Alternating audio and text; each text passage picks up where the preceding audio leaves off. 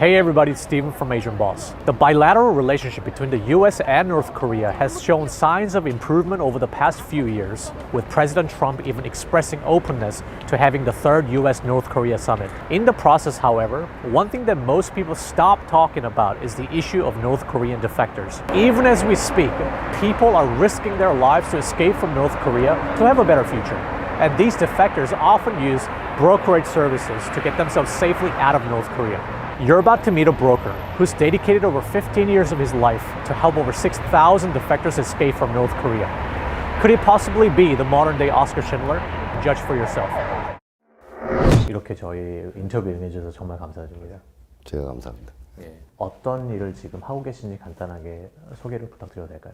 2001년에 한국에 입국해서 지금까지 약 17년 동안 브로커 일을 해오고 있고요. 제가 지금 매달 50명 정도를 구출하거든요. 그러면 아무리 적게 계산해도 6천에서 7천 정도는 구출하지 않았나 예상하고 있는 그 브로커 김민기라고 합니다. 브로커가 정확하게 하는 일이 뭔가요? 그 한국말로 풀이하면 그냥 구출을 해주는 사람. 그 브로커가 두 가지 일이 있어요. 중국에서부터 태국까지 요 전담하는 브로커가 있고, 북한에서부터 그 중국까지 데려오는 브로커가 있거든요. 저는 예전부터 중국에서부터 태국까지 하던 전문 그걸 하다가 최근에 한 2년 동안은 북한에서부터 데려오는 브로커도 하고 있습니다. 내부 브로커에 들어가 보면 또 두 부류로 나뉘어요. 실지 사람들 이동시키는, 국경을 넘기는 그 브로커가 있고, 이 브로커들한테 또 영업을 삐끼 같은 브로커가 있어요. 삐끼 같은 브로커가 대부분이고, 요즘 그것도 많이 줄어가지고 별로 없고요. 실제 이렇게 그 사람들을 직접 책임지고 움직이는 사람은 한국에도 2명 정도밖에 없어요. 그 중에 한 분이 예. 본격적으로 이제 이야기를 시작하기 전에 이런 얘기를 함으로 인해서 어떤 지금 현지에 지금 탈북을 하고 있는 사람들이 뭐 위험에 처한다거나 그런 거는 없죠. 그런 거는 없고요. 예. 그런 사람들의 안전만 좀 보장이 된다면 좀 최대한 가려서 얘기를 해주시면. 네, 알겠습니다. 그러면 탈북을 이제 97년도에 하신 건가요? 네, 97년에 해가지고 2001년에 한국에 들어왔죠. 왜 이렇게 오래 오고 걸렸어요? 싶어도 그때는 그 올 수 있는 길이 없었어요. 참 한국에 가고 싶었는데 갈 수가 없었던 거예요. 그 먼저 탈북을 하신 과정이 어땠나요? 어려웠나요? 그때는 쉬웠나요? 어렵죠. 이게 사람이 잘못하면 다 죽어요. 우리 가족들까지도. 그때는 제가 그 북한에서 밀수하다가 잡혔어요. 어린 나이. 한 18살 때인가 잡혔어요. 잡혀가지고 감옥살 한 6개월 하다가. 북한에서요? 예. 더 이상 못 살겠는 거예요. 내가 내 능력과 사는 세상들이 있는데 왜 이런 데서 갇혀 살아야 되는. 그래서 그 나오자마자 가족들 데리고 다 같이 왔어요. 저희는 중국. 그럼 강을 건너야 되는 건가요? 그러니까 두만강을 건너야 되니까 저희 북한에서는 그때 또 장마철이니까 비 내리면 강이 불어나고 모든 그리고 감시망을 또 벗어나야 되고 그럼 참 쉽지 않게 왔어요. 그래서 성공했고. 그럼 이제 북한에서 중국으로 가신 다음에 중국에서 어떻게 한국으로 오시게 되셨어요? 제가 그때 중국에서 장사를 하다 보니까 돈 좀 생기니까 컴퓨터를 샀어요. 그래서 인터넷을 접하면서 또 어떻게 한국 사이트 조선일보 같은 데 들어가서 먼저 탈북한 우리 누나 친구의 인터뷰를 봤어요. 그래가지고 이렇게 한국하고 이렇게 연락이 된 거. 제가 거기다 댓글을 막 달고 내 전화번호 올리고 이러니까 예전에 우리 고향에 우리 누나 친구하고 연이 닿은 거죠. 통화를 하셨어요? 네. 그러면 좀 한국 갈 수 있는 길을 좀 알려줘 해가지고 그쪽에서 이렇게 사람을 보내줘가지고 그때도 안내를 받으면서 그 사람은 그때도 기억나는데 그때 그분은 브로커는 아니지만은 그 특전사 출신인데 지도를 볼 줄 알아요. 그 나침반 가지고 지도를 우리는 뭐 배우지 않아서 모르잖아요. 근데 국경을 넘어가는 산악 지형을 그 지도를 보고 찾아가는 그 특전사니까 그런 훈련을 했을 거예요. 그리고 그분의 인도를 따라서 베트남에 넘어가서 하노이에서 호치민으로 넘기고 호치민에서 캄보디아로 들어왔어요. 그러니까 캄보디아 대사관 들어가야 돼요. 베트남은 그때 한국하고 잘 협조 안 해주니까 베트남에서 바로 나올 수는 없고 캄보디아가 또 친한국 쪽이라 그 캄보디아로 넘기는 거예요. 그 메콩강을 하룻밤 동안 건넜어요. 왜 그렇게 강폭이 넓은지. 강을 하룻밤 계속. 온 밤 넘었다니까요. 왜 그렇게인지 몰라요. 뭐 조그만 보트 타고 또 그냥 막 이렇게 빠져가지고 건너기도 하고 신발 다 잃어버리고 옷 다 젖고 그래가지고 가니까 그 캄보디아 대사관 도착한 거예요. 교회에서 운영하는 안가에 한 4개월 대기하다가 그러다 한국 들어오게 됐죠. 그렇게 해서 이제 한국에 들어오게 되셨는데 이제 한국에 들어와서 이제 2년 동안 어떤 일을 하시다가 이제 브로커 역할을 하게 됐어요. 2년 동안 그때는 제가 23살 이때니까 아무것도 뭐 할 수 있는 게 없어요. 중국에서 그래도 옷장사나 해가지고 뭐 살았는데 어떻게 방법도 없고 뭐 할 수 있는 게 없더라고요. 뭐 일저일 하다가 저하고 친척된 그 친구가 있어요. 걔 여자친구 중국에서 데려오는데 네가 중국말도 잘하고 그때 갔던 길도 알고 하니까 좀 데려다줘 해서 그 부탁을 받아서 처음에 시작을 했어요. 그때 자신이 있으셨나요? 아, 내가 충분히 갔다 온 길이니까. 그러죠. 제가 중국어가 됐고 제가 통역을 하면서 갔으니까 어디를 거쳐서 어떻게 넘어가는지는 알잖아요. 네. 그러니까 그 루트대로 넘긴 거예요. 넘겨서 이렇게 무사히 또 베트남까지 도착시키면 그 다음부터는 뭐 제가 할 일이 아니거든요. 그때부터는 그 우리 대사관에서 교회 분들한테 부탁해서 이렇게 릴레이 돼가지고 캄보디아 거쳐서 입국하는 시스템이래요. 그러면 그렇게 첫 번째 케이스를 성공적으로 이제 탈북을 시키셨잖아요. 그 다음에 이렇게 하면 되겠다라는 그런 확신이 있으셨나요? 그렇죠. 그 24살 때니까 그 물불을 안 가릴 때고 그때는 또 그 중국에 그 팔려오고 이런 여자들이 엄청 많았어요. 지금도 많지만 그때는 엄청 많았어요. 그래가지고 그 뒤로 몇 번 계속 성공했어요.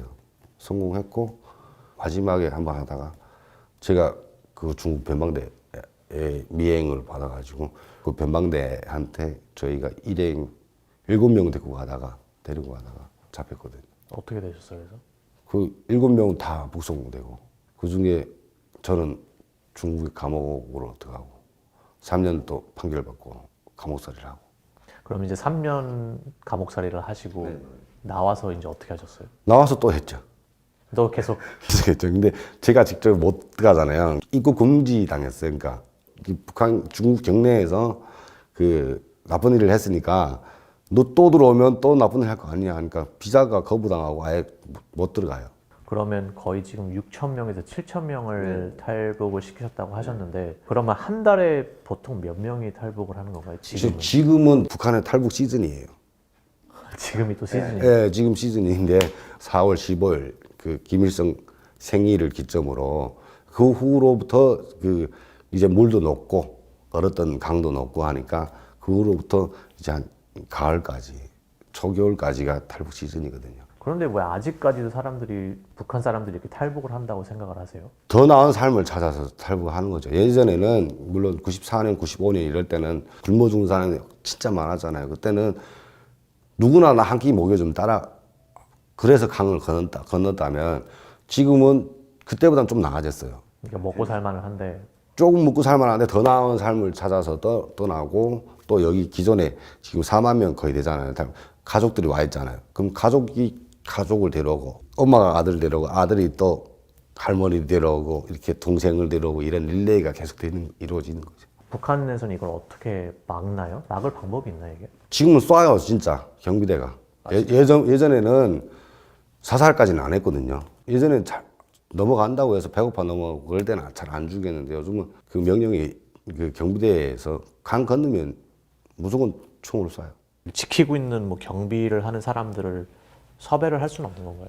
섭외를 하는 경우도 있고요. 그렇게 넘어오는 경우도 있고 강이 엄청 길잖아요. 그리고 그 잘 지키는 지역이 있고 잘 안 지키는 지역이 있고 그런 틈이 다 있어요. 어떻게 전면 봉쇄할 수는 없거든요. 네, 그러니까 계속 탈북은 이루어지고 있어요. 그러면 이 탈북을 할 때 드는 비용이 얼마 정도 드나요? 그게 비용이 중국까지 오는데 1,600만. 중국에서 태국까지 도는 요즘 뭐 어떤 그 자선단체가 좀 도와줄 때는 그냥 무료로 데려다 주고 아니면 안 도와주면 또 추가 비용을 또 내야 되고 얼마 정도? 뭐 150에서 200 정도. 그러면 그 이후에는 돈이 또 드나요? 태국까지 갔어요. 태국이라는 나라가 탈북자들을 난민으로 인정해 주잖아요. 그러면 거기서 국경을 무단으로 침입했어 해가지고 재판을 해요. 무단 침입죄 500원 벌금, 인민폐 500원 정도 들어요. 태국 돈으로 바꾸면 벌금 내고 난민 자격을 줘요. 그러면 한국행을 원하면 거의 다 한국 오죠. 한국행을 원하니까. 그럼 지금 이 루트가 이렇게 저 인터뷰 나가도 괜찮은 건가요? 매우 괜찮아요. 아직 제가 뭐 지역명은 안 찍었잖아요. 예, 나라명만 그렇게 가요. 국국경이 다 지킬 수는 없잖아요. 예. 알만한 사람들은 다 알아요. 그러면 지금 비용이 그렇게 많이 드는데 사람들이 그런 돈이 없잖아요. 아니면 한국의 가족을 통해서 이제 그 북한에서 데려오는 돈은 다 여기서 가족들이 준비하고 그 브로커들한테 맡기고요. 중국에서 오는 거는 자선단체에서 좀 후원해 좀 줬죠. 예. 지금도 그 뭐냐면 계속 그 북한에서 그 힘든 가정의 어떤 뭘 좀 밥 먹게 살리려고 여자들이 내가 나가서 그래 중국 가서 좀 보러 오겠다는 그런 꿈을 안고 중국에 오면 팔려가는 거예요, 결국. 그런 일을 하는 사람들이 있어요. 북한에서도 그렇게 하면 중국 쪽에서 조금 줄 거 아니에요. 그러면 이 놈이 또 중간 브로커한테 넘겨요. 또 되팔아요. 그럼 한 3만 원에 팔아요. 그럼 3만 원 받은 놈이 더 험한 지역 농촌에 그 장가 못 간 노총각한테 야, 7만 6천 원이야. 8만 원이야. 얘는 좀 이쁘네? 야, 10만 원 내. 이렇게 팔아버리는 거예요. 그러면 10만 원 그랬던 그 노총각은 어떻게 하겠어요? 이게 사람이 아니고 재산이에요. 밤잠 같이 해주고 애 낳아주는 그런 동물이지 사람이 아니에요.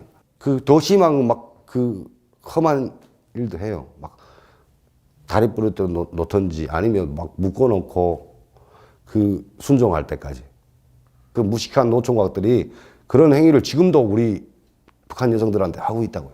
얼마 전에도 그런 일이 있었어요. 예, 데리러 갔다가 그 여성이 다 약속해가지고 도망치기로 했는데 연출을 잘 못해가지고 남편이 눈치챘어요. 또 중국의 농촌을 빠져나오려면 외길이 많아요. 그러면 그 앞에 동네에다 전화하는 거예요. 그 길 막아. 이렇게 하면 잡히는 거예요. 잡히면 이 여자는 어떻게 말하냐면 얘네가 날 꼬셨어. 나는 아무 죄도 없어. 이렇게 말하거든요. 대부분이.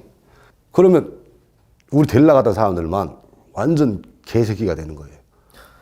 우리가 또 인신매매 몹이 될 수도 있고.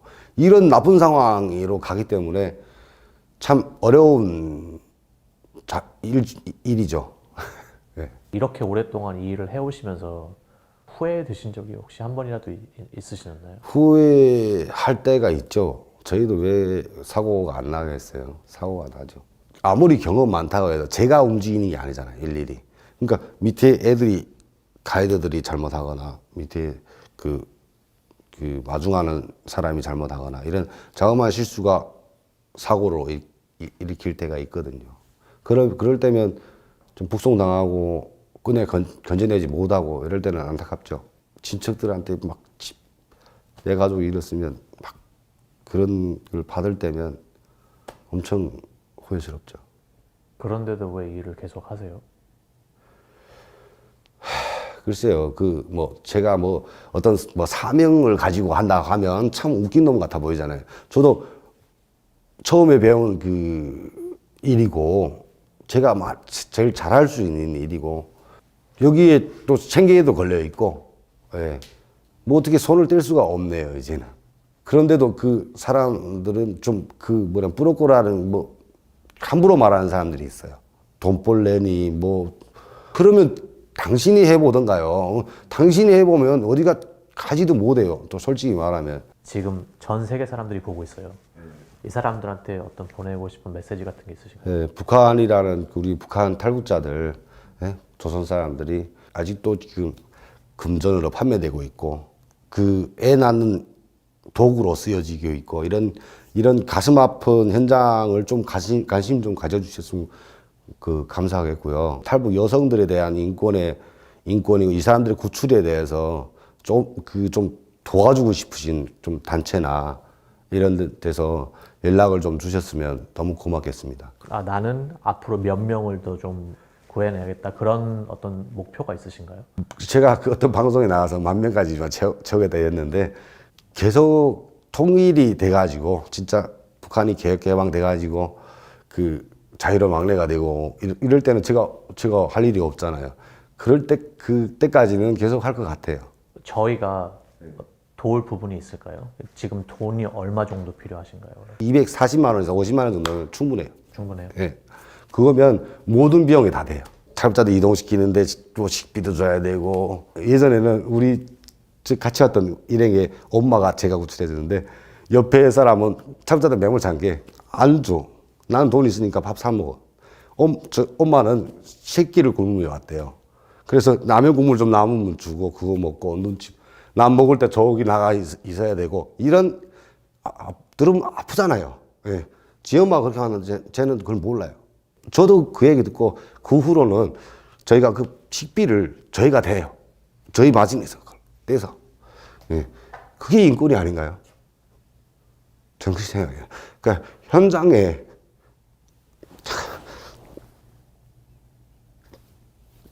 수많은 일들이 있잖아요.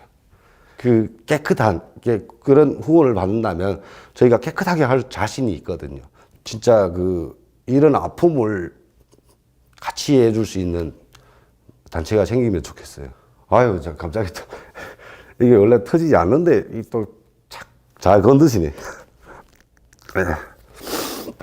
어쨌든 이렇게 오늘 네. 솔직하게 이야기해 주셔서 너무 감사하고 이렇게 제 진심이 이렇게 잘 전달됐으면 좋겠고요. 정말 감사드립니다. 네, 고맙습니다.